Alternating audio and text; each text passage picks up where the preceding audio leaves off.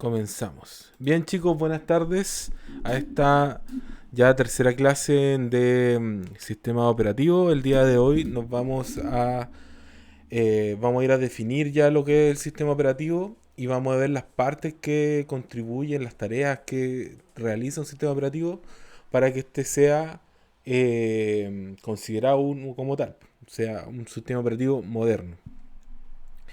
Ya habíamos visto ayer toda la parte de la historia, la evolución, ya habíamos visto de hecho los sistemas operativos modernos que existen hoy en día, hablamos de Unix y su gran rol importante dentro de la herencia de las tareas que tienen que cumplir los sistemas operativos modernos y de su y de los herederos que tomaron estas instrucciones que fueron GNU Linux o GNU Linux, eh, Mac OS y Windows, que son los más competentes en el mercado. Bien, vamos a ver entonces qué es un sistema operativo. Bueno, un sistema operativo, dentro de lo que nosotros veíamos de la introducción, al final de cuentas es una capa que eh, nos permite cubrir digitalmente, abstraer toda la funcionalidad que nos da la máquina, que nos da el fierro, el hardware. Entonces, como los programadores no son tan... la idea es que ellos no se basen en programar directamente en la máquina. La idea es que interactúen directamente con un software que sea lo suficientemente robusto para poder eh, realizar las labores que debe realizar en este caso el sistema operativo. Voy a ver acá donde estoy. Allá estoy. Entonces, si nosotros vemos acá, en la parte inferior vamos a tener el hardware con lo que son el fierro en sí. Luego vamos a tener la microprogramación, que son pequeños programas que están a nivel digital impreso en el hardware, en las piezas, y que funcionan solamente para pequeñas tareas. Por ejemplo, algún código binario que está embebido dentro de la pantalla para que se realice algún tipo de parámetro. Eso son cosas como muy, muy pequeñas. Luego viene el lenguaje de máquina, que es una organización, o se le llama el lenguaje assembler o ensamblador, que nos permite realizar ya programación sobre la maquinaria. De hecho, muchos de los firmware y de hecho la base principal de los sistemas operativos está realizada en este lenguaje para poder trabajar con la máquina. Y luego viene la capa del sistema operativo. Este sistema operativo tiene una pequeña capa, a esta, que le vamos a denominar el kernel. De hecho, después vamos a hablar un poco más sobre ello. El kernel, que es la capa más básica y de más bajo nivel que va a tener el sistema operativo, que cubre las funcionalidades básicas de, en este caso, el procesador y todas las tareas que tiene que cumplir el procesador. O sea, cuando se lanza un proceso, cuando se carga dentro del procesador, cuando se lanza, cuando se queda en estado muerto, cuando queda en estado activo, durmiendo, esperando. Todas esas interacciones se van a realizar a través de esta capa. Y la siguiente capa del sistema operativo vienen siendo los compiladores, que vienen siendo las shell, que nosotros podíamos comentar. Las shell que vendría siendo los compiladores, los editores y los intérpretes de código. O sea, todo lo que tiene que ver con los comandos. Y la parte superior, que vendría siendo la aplicación, ¿ya? En este caso están los sistemas de gestión, los juegos y las aplicaciones de todo tipo. Por ejemplo, podemos tener un programa de un videojuego, un emulador, por ejemplo, de PS5, o podrías tener también un programa de ofimática o este mismo programa que estamos utilizando ahora para trabajar, que es Discord. O sea, todas esas aplicaciones que están por sobre el sistema operativo son software de aplicación, mientras que los software que están a más bajo nivel van a ser parte del sistema operativo. Vamos con el tema de la microprogramación. Los programas de microprogramación de por sí son programas que están, como ya les comentaba, incrustados dentro de los hardware y de los microcomponentes.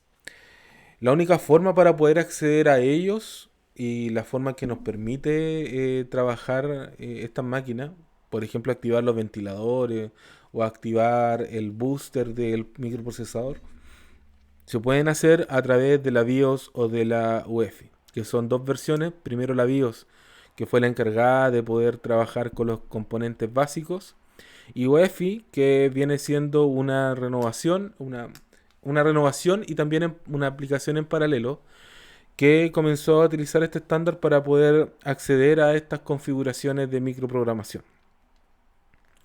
Eh, Nosotros vamos a ver, por ejemplo, que en este caso la BIOS y la UEFI están implementados dentro, explícitamente en un circuito, y que son parte física de las placas, ¿ya? ¿Se pueden actualizar? Sí, pero siguen estando dentro de estas placas. Bien, BIOS en este caso significa sistema de entrada y salida básica o sistema básico de entrada y salida, y UEFI significa que es una interfase del firmware extensible unificado, ¿ya? Son programas que sirven para, más que nada, para verificar la integridad de los sistemas físicos y para poder realizar rutinas de verificación sobre estas, sobre la memoria, sobre sobre el almacenamiento y sobre el procesador. La idea de tener este pequeño microprograma es que sea capaz de entregar el control, luego de hacer esta revisión total del sistema, del hardware, entregar el control de todo el hardware al sistema operativo para que pueda trabajar, ¿ya? Esto se denomina el bootstrap, ¿ya? Que es este código que da inicio al sistema operativo. Esto es tan rápido que hoy en día nosotros no alcanzamos a verlo, pero si ustedes recuerdan, si es que eran muy pequeños y veían los computadores y demoraban en cargar al principio, es porque se estaba realizando esta parte, la parte de reconocimiento. De hecho, habían unas máquinas de escritorio que tenían la configuración BIOS tan cerrada que no permitía iniciar si es que, por ejemplo, tenía desconectado el teclado o el ratón. Entonces tenías que realizar toda la rutina de nuevo para poder generar o aprobar esta pequeña test que realizaba. Y luego, obviamente, todo el control del hardware queda dentro del sistema operativo. Bien, que vendría siendo esta parte. Entonces ahora veamos qué es el sistema operativo. Bueno, el sistema operativo, según el señor Stallings, dice que es un programa que controla la ejecución de los programas de aplicación y que actúa como una interfaz entre el usuario de un PC y el hardware de la misma. Asimismo, esto evolucionó hasta que el señor Tannenbaum, que es del libro que es de la clase que estamos trabajando, dice que el sistema operativo tiene que verse como un administrador de recursos, alguien que tiene que estar pendiente de poder utilizar y comandar todas las tareas de planificación y ejecución del sistema operativo. Y que nos dice que es una máquina extendida, que tiene partes que son más prioritarias que otras. Por ejemplo, la labor de scheduling, que tiene que ver con ver los procesos dentro del procesador, es parte del kernel, lo más central de un sistema operativo. Bien, ¿cuáles son las tareas que tiene un sistema operativo? Aquí tenemos un listado acotado de las que son las más prioritarias. Tenemos el gestor de procesos, tenemos el gestor de memoria principal, tenemos el gestor. Bueno, vamos a hacer aquí, ver qué es lo que es cada una antes de... Igual vamos a ir viendo cada una, pero vamos a ir viendo qué es lo que tenemos que hacer. El gestor de procesos, lo que se define es que tiene que ver cuáles son los procesos que van a estar en esta fila de espera y van a ir al procesador. Ya, esa es la idea. Y cómo administrar los tiempos de este procesador. El gestor de memoria principal se basa en que tú vas a tener una memoria, en este caso va a ser la memoria RAM, que va a tener un espacio acotado y tienes que ver cuáles son las secciones de memoria que tú vas a poder utilizar dentro de tu programa y de todos los programas. El gestor de almacenamiento secundario, que nos va a decir cuáles son los espacios que tenemos ahora en disco para poder almacenar información que no es tan prioritaria como la memoria RAM y que podemos trabajarla en el disco. Los sistemas de archivo que nos vienen a decir cómo nosotros tenemos en estos discos, cómo nosotros almacenamos la información. Y aquí nosotros vamos a tener forma de trabajar a través de árboles o a través de contenedores, donde vamos a tener contenedores mucho más grandes unos de otros. Que es lo que funciona, esto va a ser lo que funciona en Linux y esto va a ser lo que funciona en Windows. Los sistemas de protección es cómo nosotros vamos a tener acceso a cada una de estas líneas de estos árboles o a cada uno de estos contenedores. Y cómo nosotros podemos asegurar, de hecho, protección también puede ser cómo nosotros podemos asegurar de que el procesador nunca quede en estado muerto. Sistema de comunicaciones, obviamente cuando nosotros vemos cómo podemos interactuar desde un punto de un PC 1 a un PC 2 y de vuelta. Y también los sistemas de entrada y salida, cómo poder trabajarlo. Obviamente aquí podemos tener de entrada desde un teclado, por ejemplo, o de un mouse, o por ejemplo la misma pantalla, la pantalla del computador. ¿Ya? Entonces son como nosotros administramos esta entrada y salida. El intérprete de comando, que vamos a tener nuestra shell, como diría el señor, en este caso, ¿quién era? Era Dennis Ritchie. Dennis Ritchie, que era esta shell, donde nosotros poníamos, por ejemplo, que queríamos listar todos los elementos de nuestro computador y nos iba a mostrar el árbol completo de nuestro computador y obviamente los programas de sistema que van a hacer todo este compilado de aplicaciones que nos van a permitir trabajar, como por ejemplo, si queremos ir a internet podemos tener Mozilla Firefox ahí con el zorrito.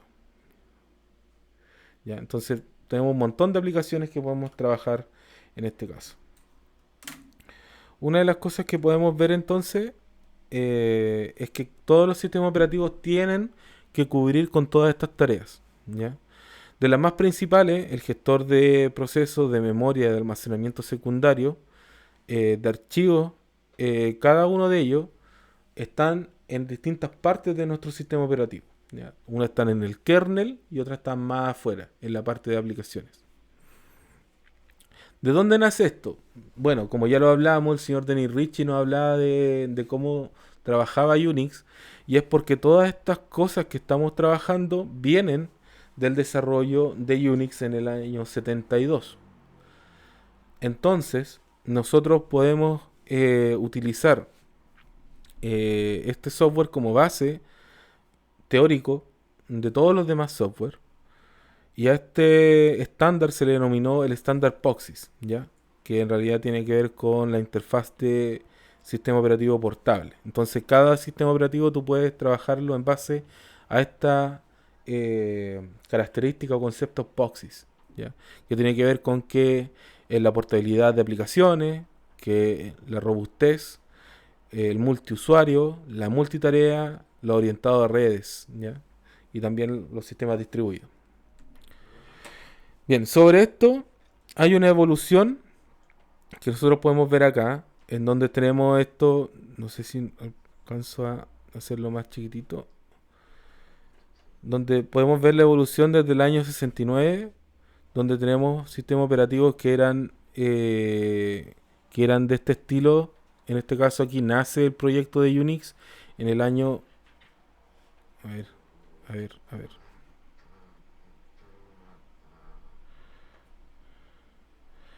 Vamos a ver acá. En el año 71-72 al 73 tenemos las primeras versiones. Y esto nace a la primera versión liberada del 79 de Unix ya comercial. ¿Ya? Porque la idea de esto, los primeros sistemas operativos que veíamos acá, estaban todavía empotrados dentro de una sola máquina, que era una máquina de IBM que tenía en los laboratorios Bell. Entonces la idea de ellos es que en cualquier computador que se lanzara no se tuviera que trabajar con un sistema operativo nuevo, sino que pudiera ser una versión que pudieras construir y pudiese ir mudando programas de un computador a otro. Entonces acá de esta idea nacieron varios otros lenguajes, o sea, perdón, sistemas operativos como los BSD, que de hecho hasta los años 2000 hubieron BSD, de hecho existe, creo que todavía existe el FreeBSD y el Dragonfly BSD, NetBSD y OpenBSD que vienen de esta línea. Luego de esto, bueno, también estuvieron Sun OS, que son de la aplicación de la compañía Sun Microsystems, que ahora lo conocemos como Oracle. Entonces esto en realidad fue mudándose hacia Oracle. Y otros lenguajes que son menos conocidos, como Solaris, que es un sistema operativo que generalmente es para servidores y todavía existe, todavía lo pueden ocupar. Y Open Solaris que todavía se puede trabajar en computador. Por este lado ya vemos los más conocidos. Por ejemplo, tenemos Linux, que está acá arriba, que comienza con este kernel. Este Linux, la idea es que hubiese una versión de Unix libre creado por la comunidad. Entonces Linux en sí, este 001 en realidad, es la versión del kernel, ya de lo más básico de el sistema operativo. Mientras que las versiones posteriores, las que se llamaban GNU Linux, son las versiones, perdón, aquí, son las versiones de los sistemas operativos que están basados en Linux, ¿ya? En este caso la primera versión fue justamente GNU Linux, pero luego comenzó Debian, la otra es Arch Linux y la otra es Red Hat, que son las más antiguas, que están basadas en este concepto de Linux.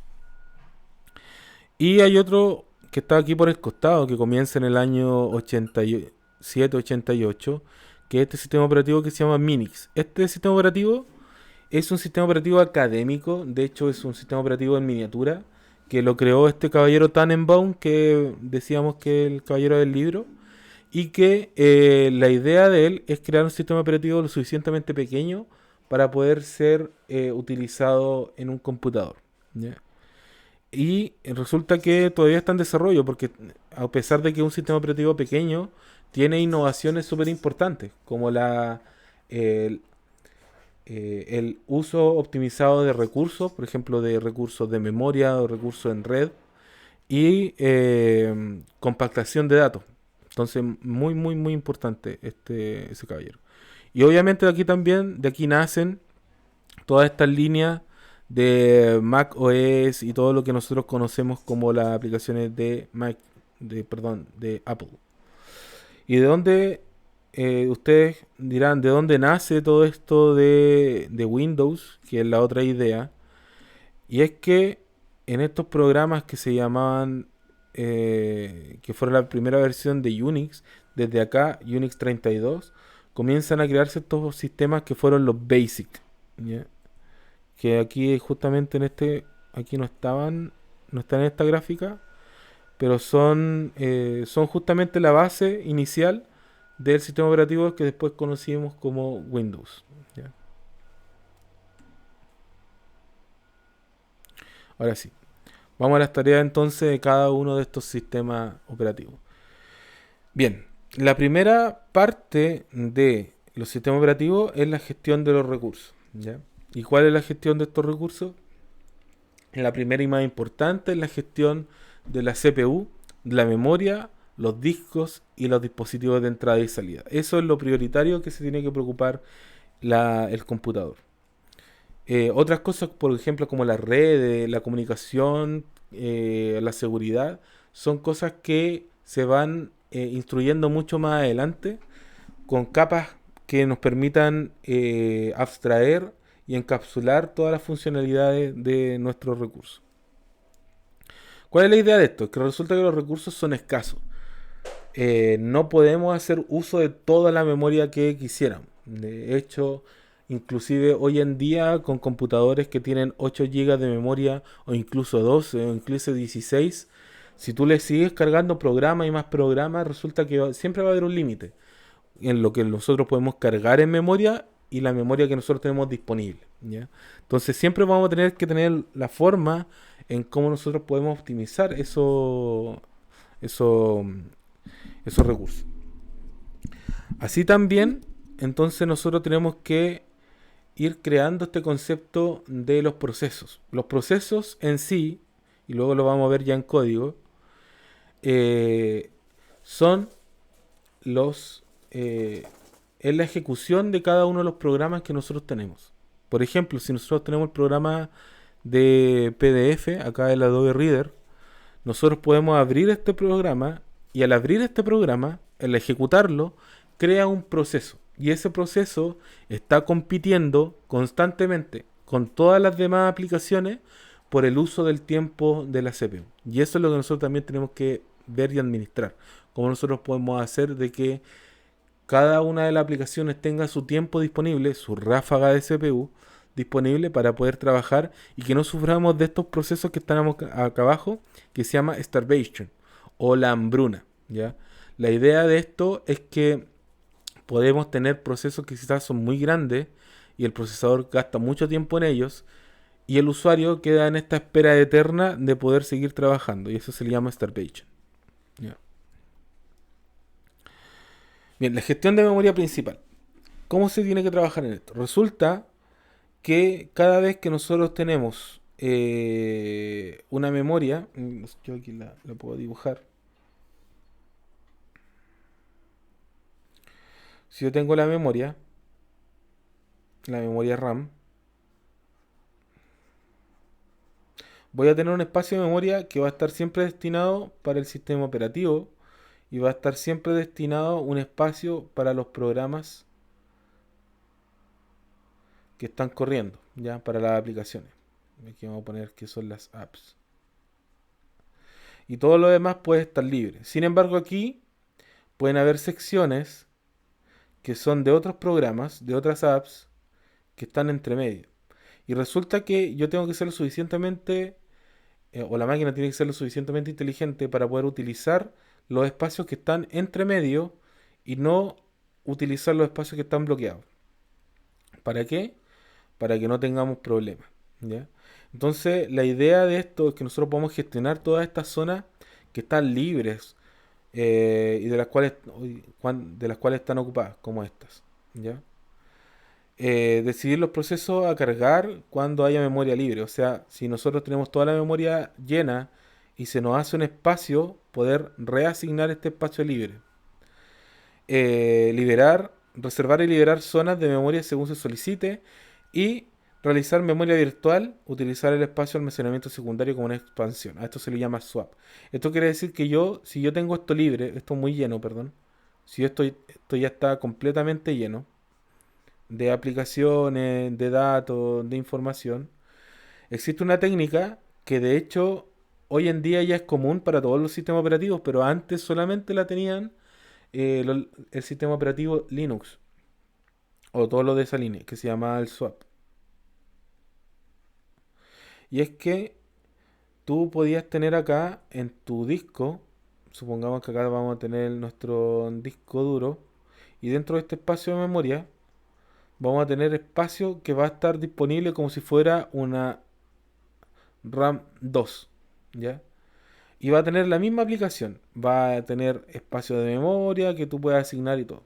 La idea es que cuando se te acabe este espacio de memoria tú puedas dejar aquí alguna información que quizá vas a utilizar muy rápido, pero no tan rápido como toda la memoria que va a tener acá. Entonces, tú vas a mandar para acá los datos o los programas menos prioritarios, y vas a enviar de vuelta los programas que son más prioritarios, ¿ya?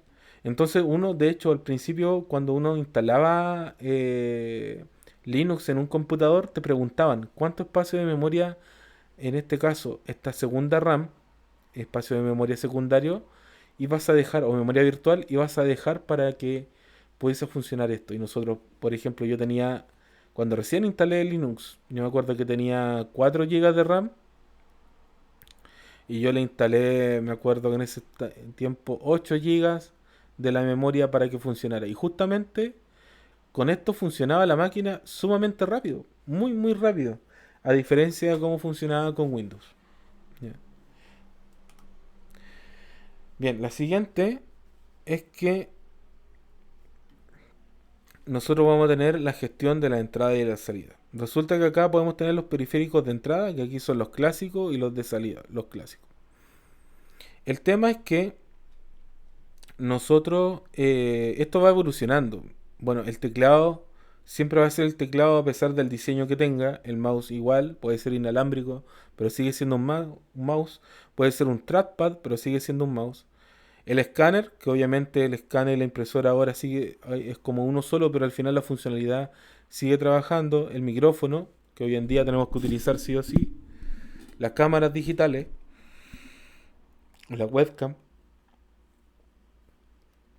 y los aparatos de video player, ya, o reproductores de video. Que hoy en día ya esto no se usa tanto, pero podría ser también. Así también pudiésemos tener discos externos como estos disquetes que en ese tiempo se utilizaban, ahora pendrive o incluso memoria SD y los discos duros. Y así también los de salida, que el monitor, que siempre es un clásico, ahora no es esta caja tremenda a tubo, sino que es una pantalla plana o incluso es un all-in-one dentro del computador, la impresora, una filmadora, que en este caso tenemos las mismas cámaras, y un plotter. Plotter que hasta el día de hoy funcionan así porque son muy grandes para tenerlo en una oficina. Entonces, ¿qué es lo que pasa con esto? Porque hay que tenerle cuidado a estas cosas. Resulta, y ya lo vimos en las primeras diapositivas, es que cuando un proceso, tenemos un proceso aquí, que quiere entrar a la CPU, entra a la CPU y en algún punto de su programa, tener aquí su programa, en algún punto dice print, print algo, entonces tiene que salir de este programa y mandarlo a, por ejemplo, la pantalla, mandarlo a la pantalla.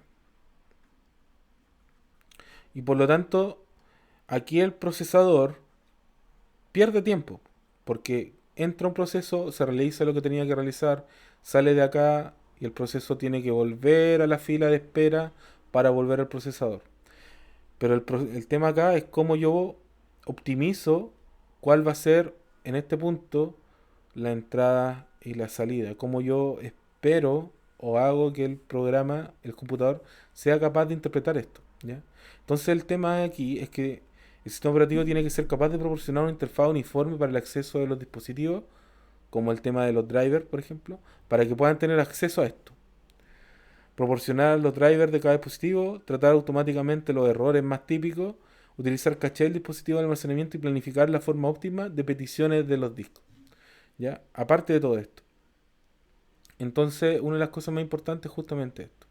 Cómo nosotros podemos trabajar con procesos que tienen entrada y salida y cómo poder acceder a ellos. Cómo son los programas para poder configurarlo, cómo son las peticiones para poder utilizar tanto memoria o tiempo o recursos del procesador. ¿Ya? Esas son partes que tienes que considerar. La siguiente son los sistemas de archivo. ¿Ya? Resulta que en sí, cuando tú estás en un disco duro, tienes un disco duro acá, si tú pone aquí una lupa, va a ver que al final acá va a tener una cuadrícula, ¿ya? Una cuadrícula, ta, ta, ta, ta, ta. Cada uno de estos va a tener una posición de memoria que va a estar en hexadecimal, por ejemplo, F, F, F, F. Y aquí va a tener el valor que tú vas a querer asignar, que va a ser 0 o 1, ¿ya? 0 o 1, cualquier una de esas dos. Ahora, ¿cómo se organizan? Tú puedes tener sistemas, los hexadecimales, que justamente el de acá, hexadecimal, hexa, o octogonal, octogonales que tienen otra forma, y así hay varias formas de poder organizar. Y una vez que tú ya tienes organizado esto, ahora el tema es cómo tú tienes un archivo y lo organizas dentro de este disco que ya está, se supone, parametrizado. Entonces existen varias formas. Tiene aquí esta forma de árbol, que es la principal. Esta forma es la que nosotros podemos ver en Linux, incluso hasta en Mac OS podemos ver esto. Pero esta es la otra forma que nosotros podemos visualizar esto a través de contenedores, ¿ya? Entonces esto es la forma que lo ve Windows, como si cada uno de estos es el padre de la siguiente, en este caso de la siguiente línea, y este a su vez de su archivo y así de su archivo. En este caso lo ve como un árbol. Y nosotros podemos acceder a cada uno de estos árboles y poder utilizarlo. Y obviamente una vez que podamos utilizarlo podemos ir y tomar alguno de estos elementos y manipularlo. O sea, podemos crear, podemos remover, podemos actualizar o podemos eliminar permanentemente. ¿Ya? Entonces podemos hacer esto. Y otra de las cosas, como el tema de la seguridad, bueno, se pueden hacer, va a depender del sistema de archivos, pero pueden haber copias de seguridad, actualizaciones de versión, entre otros. Una de las cosas más básicas que tienen en todos los sistemas operativos es que cada uno de los, en este caso le vamos a llamar folder, que en este caso es carpeta, o también se le llama directory. Directory, un directorio, ¿ya? A esto se le denomina así. Esto va a tener un nivel de seguridad, ¿ya? Entonces, asociado a la carpeta, a cada uno de estos folders va a haber un numerito que nos va a indicar si podemos, en este caso, podemos realizar estas acciones. En este caso creo que basta con una de estas. Entonces va a ser crear, actualizar o remover. La otra va a ser leer, actualizar. No me acuerdo cuál es la otra, pero son tres letritas, o sea, son tres números, que si por ejemplo tienes 777, significa que tú tienes todos los derechos para poder actualizar todos los contenidos de esta carpeta y todos los internos. Pero si tú tienes, por ejemplo, 770, significa que tú puedes actualizar lo que está en la carpeta, pero no lo que está dentro. Y así en adelante hay un montón de códigos para hacer este estilo de nomenclatura. Lo vamos a realizar más en profundidad después. Y luego viene el tema de la protección. Bueno, de lo que hablaba recién. Aparte de ver el tema de la privacidad y de los privilegios que tiene cada usuario dentro de cada una de estas carpetas, uno puede también tener control de los accesos de los usuarios. Entonces uno crea un perfil de una persona y esta persona, que va a ser el usuario uno, va a tener los permisos para ciertos recursos que pueden ser en este caso carpetas y archivos, ¿ya? Dentro de nuestro sistema, y obviamente esto es físico y lo otro vendrían siendo los derechos, que son los privilegios, que es de, por ejemplo, crear, remover, actualizar, eliminar otros usuarios, ver procesos, lanzar programas, todo eso son formas de protección sobre el sistema, ¿ya? Entonces el sistema operativo debe definir el esquema general de protección, clases de usuario, privilegios, entre otros. Definir mecanismos de acceso. Por ejemplo, para el mismo tema del usuario ya es común para nosotros, pero en ese tiempo no era tan común de que existieran contraseñas para entrar a los sistemas. Control de acceso a los recursos como denegación de acceso cuando no está permitido. Por ejemplo, a mismas carpetas o a secciones de red que no se puedan utilizar.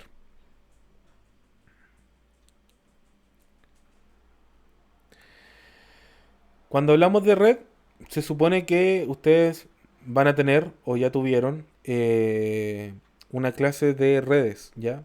Pero lo que vamos a ver acá, en esta parte, es la parte prioritaria de cómo se comporta un computador al conectarse con otro. Entonces lo que tenemos que ver en cuenta es cómo nosotros podemos sacarle provecho al sistema para poder generar esto que se conoce como sistemas distribuidos. Cómo nosotros podemos mandar mensajes a otro computador y que éste te responda. ¿Ya? Eso se hace comúnmente. Ahora el tema es que yo también puedo trabajar, y ya lo hablábamos en la clase pasada, que yo puedo mandar un proceso hacia otro computador y hacia otro computador y que ellos me respondan a mí con la respuesta y yo pueda acelerar el cómputo de un proceso muy complejo. Entonces yo aquí puedo aprovechar mucho de los recursos que tengo acá. Entonces, ¿qué es lo que tiene que proporcionar el sistema operativo? Tiene que proporcionar, primero, las primitivas de comunicación, que es enviar y recibir, que es lo que nosotros estamos viendo acá, que va a ser la primera parte. También declarar los sistemas de archivos de red. Por ejemplo, existe el NFS, que son formas así tal cual, como cada uno de los discos tiene su forma y su configuración de disco, aquí también tiene una forma y configuración de los mensajes que se van a enviar. Llamada remota, procedimiento RCP, obviamente para poder trabajar con ellos y también buscar sistemas de archivos distribuidos. Existen formas en donde nosotros podemos tener archivos que pueden estar en un servidor, por ejemplo acá, vamos a decir que este archivo que está aquí es de este servidor, pero cada uno de los demás va a poder tener acceso y va a poder trabajar sobre él. Antes uno tenía que configurar una red LAN privada o si estaba en la red declarar algunos privilegios sobre los usuarios, pero hoy en día uno puede tener acceso a la nube y poder tener archivos compartidos y compartirlo con cualquier otra persona, mucho más fácil. Por el sistema operativo, de hecho, cuando ustedes ven en Windows, los sistemas compartidos en red generalmente son mucho más fáciles de trabajar cuando están en una oficina. Vamos a ver la siguiente. La intérprete de comando. Cada uno de los sistemas operativos tiene este intérprete de comando. Cada uno le llama distinto. En Windows se le llama, vamos a tener el programa CMD o PowerShell. En Linux siempre vamos a llamarla como terminal. En Mac también creo que se le llama terminal, sí. Pero también algunos otros que se llaman ZCH, que son terminales mucho más modernos y mucho más capacitados, y así hay un montón de otros tipos de terminales o de shells o de intérpretes de comando que nos van a permitir ver eh, lanzar programas en realidad. Si lo único que vamos a hacer acá es lanzar todos los programas que están disponibles dentro del computador. Por ejemplo, acá está el comando tree, que lo único que hace es lanzarnos todos los archivos que hay dentro de un directorio, pero lo manda, en este caso el directorio tutorial, pero lo manda como si fuera un árbol. Entonces aquí tenemos directorio 1 que está vacío, directorio 2 que tiene todo este contenido y directorio 3 que está vacío. Y aquí vemos todos los contenidos que hay dentro de estas carpetas, ¿ya? Entonces podemos tener acceso a ellos. Aquí, bueno, tenemos un montón de comandos para poder trabajar, sobre todo si estamos pensando en sistema operativo Linux. Queremos trabajar sobre FTP, SSH para tener acceso a otro computador, SCP para compartir, para copiar en realidad, copiar en otros servidores material y un montón. Por ejemplo, está man para pedir ayuda, está, está nano, está acá, de los que tengo aquí escrito, bueno, tenemos nano, está Chown, está Simod, el típico CD, LS, PWD, los compiladores como GCC y toda la línea. Tenemos los comandos para poder trabajar con makefiles y así. Entonces existe mucho trabajo en ese ámbito. Espera un poquitito.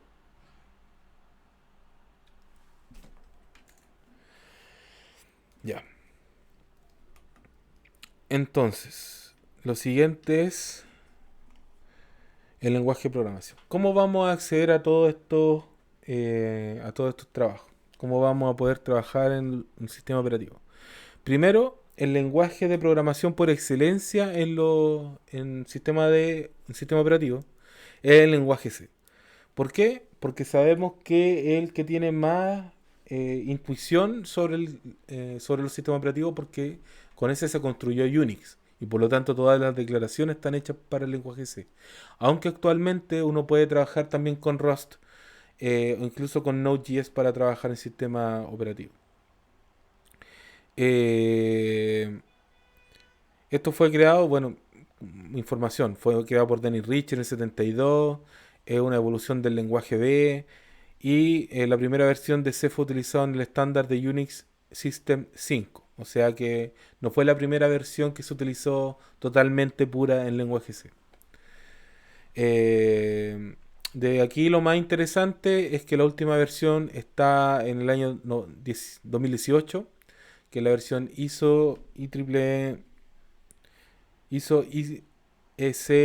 9899-2018, y que existen un montón de compiladores disponibles, pero los compiladores que vamos a utilizar nosotros van a ser lo que en un GCC, que va a ser el CC y el GCC para poder compilar, ¿ya?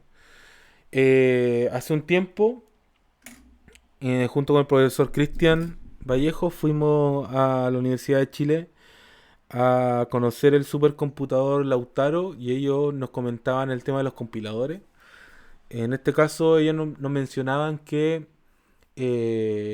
para su trabajo habían aprendido de que el compilador GCC era bastante bueno, pero no era tan rápido como los demás. De hecho, el compilador más rápido que tenían y el que mejor rendimiento podían obtener eran los compiladores que tiene Intel por defecto.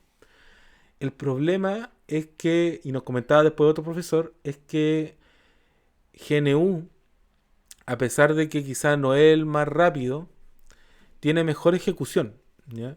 Y por lo tanto, cuando compila, tiene mejor optimización de código binario, tiene mejor trabajo con y es mucho más portable, porque tú puedes trabajarlo en una máquina o en otra. Mientras que los compiladores de Intel están diseñados para trabajar sobre procesadores Intel, ¿ya? Por ejemplo, ese es como una de las grandes cambios. Y también porque nos mencionaba que como GCC está basado en la comunidad y obviamente en la industria que está dentro de esta comunidad, muchas de las nuevas versiones o novedades que se van incorporando en los nuevos sistemas operativos o las nuevas ideas que se van incorporando se van inmediatamente creando dentro del GCC. Y por lo tanto siempre está actualizado con las nuevas versiones y con los nuevos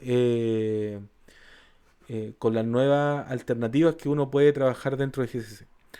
No sé si ustedes han tenido oportunidades, pero existe, si uno viera la documentación de GCC, es muy completa de toda la herramienta que tiene disponible para poder trabajar, ¿ya? Bien, aquí yo tengo una cheat sheet, que es una carta resumen de todo lo que es el lenguaje C. Se los voy a dejar en la plataforma de un lago virtual, una vez que me meta y pueda organizar por fin un lago virtual. Pero aquí hay algunas características. Primero, que el lenguaje C es estructurado, es funcional y es multipropósito o de propósito general. Es altamente tipificado. Esto quiere decir que siempre, en todo momento, cuando tú trabajas con una variable, tienes que declarar qué tipo de variable es en todo momento. Pasa lo mismo también con las funciones. Eh, el número de palabras clave que existen, en este caso de cláusulas que uno puede trabajar, como por ejemplo el if, el while, el return, el break, el close, todas esas palabras que se pueden utilizar son pocas palabras, hasta hoy son 44 las palabras que se pueden utilizar. Se dispone de bibliotecas estándar. Eso quiere decir que en todos los computadores existe una versión estándar para esa máquina para que se pueda trabajar, ¿ya? Y no es necesario que los programadores busquen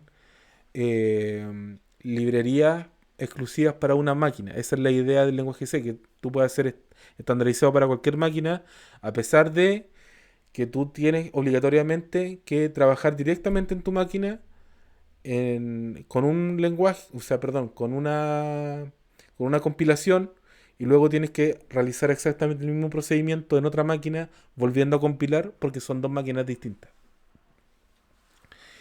Y el tema es que la optimización depende de la arquitectura de la CPU. En este caso, GCC y el lenguaje C trabajan bajo la configuración RISC o CISC, que nos van a permitir sacarle rendimiento a nuestras aplicaciones. ¿Ya? Esta página se la voy a dejar como material aparte, ya más grande, se ve mucho mejor. Bien, ¿cuáles son estas configuraciones entonces para poder portar estos códigos en lenguaje C?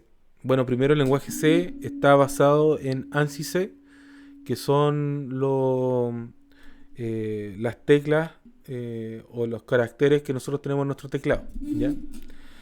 Esto pasa por un compilador de C, que en este caso va a ser GCC, lo deja en un lenguaje de máquina o un lenguaje objeto que se le conoce. Y tú puedes puede ser procesado para varios tipos de procesadores que existen. Los más antiguos trabajan bajo, o los de servidores todavía trabajan bajo la forma RISC, que son procesadores de alto rendimiento. Y los procesadores nuevos están bajo este parámetro CISC, que lo que hace en realidad es que se optimiza en base a microprocesadores. Recuerden que estos procesadores hoy en día no es solamente uno, sino que son varios núcleos de procesos que se están trabajando. Y es compatible para cada uno de ellos, ¿ya? Sin embargo, por ejemplo, yo no podría trabajar con un compilado que fue hecho para un procesador de tipo CISC y cambiarlo en tipo RISC. No se puede. Tiene que ser solamente para los que corresponden cada una de las nomenclaturas. Eso sí, hoy en día la mayor parte de los servidores, incluso los servidores de alto tráfico, son de este estilo CISC porque los procesadores están trabajando mucho mejor con multiprocesos y tienen mucha más capacidad de trabajo o de rendimiento en el uso de scheduling, ¿ya? De poder planificar cuáles son los procesos que van a entrar al procesador. Y bueno, terminamos con esto entonces. ¿Ya? Para dejar en claro esto, vimos cuál es la evolución de todos los sistemas operativos y por qué se comenzaron a llamarse sistema operativo. Cuál es la labor fundamental, en este caso, las tareas que tienen que cumplir. Aprendimos que un buen sistema operativo debe cumplir con una capacidad de evolución, o sea que puede ser lo suficientemente flexible para poder adaptarse a nuevos procesadores, nuevos hardware que pueda ir llegando y que pueda ser a la misma vez robusto y confiable, de que a pesar de que tenga un nuevo procesador pueda seguir funcionando muy bien en la planificación de procesos, en la administración de la memoria, poder proporcionar mecanismos de seguridad, obviamente, a todo nivel, y ahora hoy en día con el tema de la biometría, esto va aumentando, los sistemas operativos están aceptando términos biométricos, como la huella digital, como la retina ocular, y contar con soporte, ¿ya? De hecho, los sistemas operativos que tienen soporte son los que tienen o los que se necesita mucho más trabajo. Por ejemplo, en Linux, una de las cosas importantes es que obviamente en Linux uno no paga por instalarlo porque son de código abierto, pero que sea de código abierto no significa que sea gratuito. De hecho, Red Hat está basado en Linux, pero para tener soporte, para que alguien te atienda, para que alguien te ayude, tú tienes que pagar la licencia de utilizar Red Hat para que puedas sacar toda la funcionalidad en cualquier momento de tu computador o de tu servidor. Y también aprendimos lo último del lenguaje C, en realidad un resumen de lo que es y por qué es tan importante trabajar con este lenguaje en sistema operativo. Ya le hablaba de que se puede trabajar también con C++ o con Rust, e incluso con otros lenguajes, y que se puede trabajar con otros lenguajes a través de framework directamente en el sistema operativo, ¿ya? Pero hasta ahora la construcción en sí siempre ha sido el lenguaje C o en C++ o en Objective-C, que son las variaciones de todos estos lenguajes de bajo nivel compilado, ¿ya? Bien, hasta aquí. ¿Hay alguna duda? ¿Algo que quieran comentar? ¿Algo que quieran decir?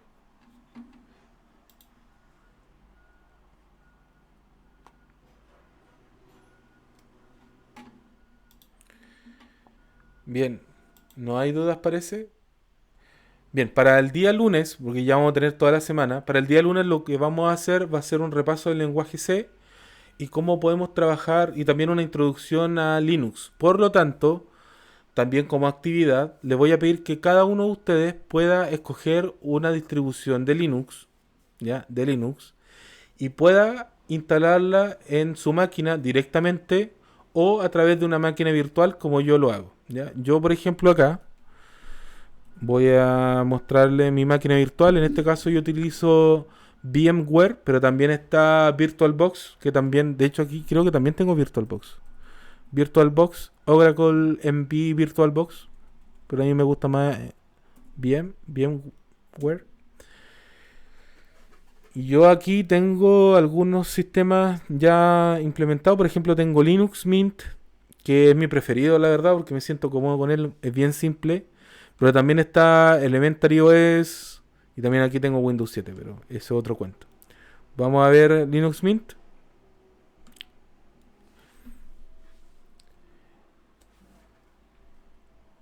Yo al menos voy a trabajar con esta distribución. Pero ustedes podrían ver Fedora, Ubuntu, Kubuntu, Chubuntu. Está Arch Linux, está el mismo Debian plano, está Elementary OS como ya les mostraba. Bueno, hay un montón de distribuciones Linux que pueden trabajar.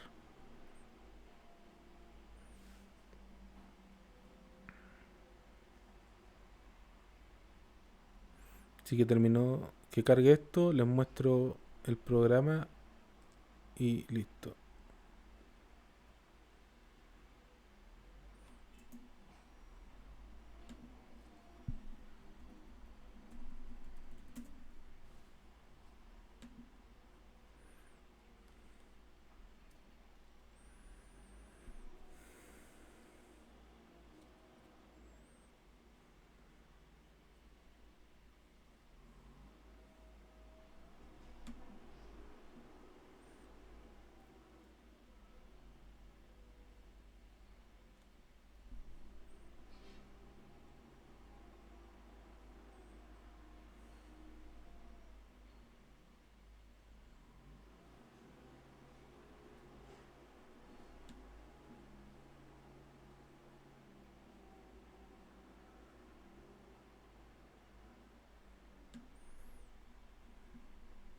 Está demorando un poco.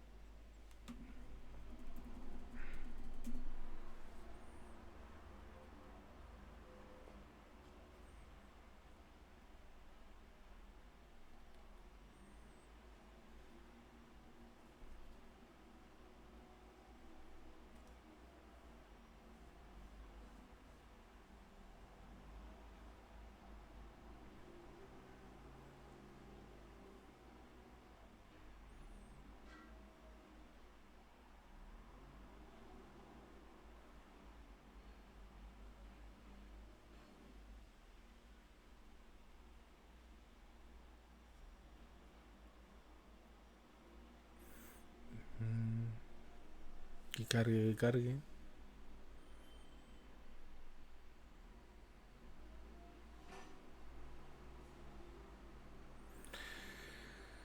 Y aquí entonces tenemos, por ejemplo, la primera vista de este sistema operativo que es Linux Mint, ¿ya? De hecho, uno puede trabajar aquí. Aquí, por ejemplo, podemos tener la consola. y podemos lancemos el mismo programa que era Tree. Ah, no tengo la orden Tree acá, tengo que instalarla. Ya, pero podemos ir trabajando con ella. Por ejemplo, una de las cosas que podría hacer acá podría ser htop. Htop. Esto es bien bonito de ver. Por aquí me dice los procesadores, los cores que tengo en mi computador. En este caso tengo dos. Los hilos que tengo disponibles, que son 170. Y cuáles son los que están corriendo. Y todos los procesos que están aquí disponibles. Ya, eso lo vamos a ver una mirada más en profundidad una vez que estemos trabajando con procesos. Y vamos a ir programando y metiendo mano sobre cómo crearlo, cómo manejarlo y después cómo planificar el uso de procesos. Bien, quedamos hasta acá. Y bien, si no tienen alguna otra duda, voy a terminar de grabar.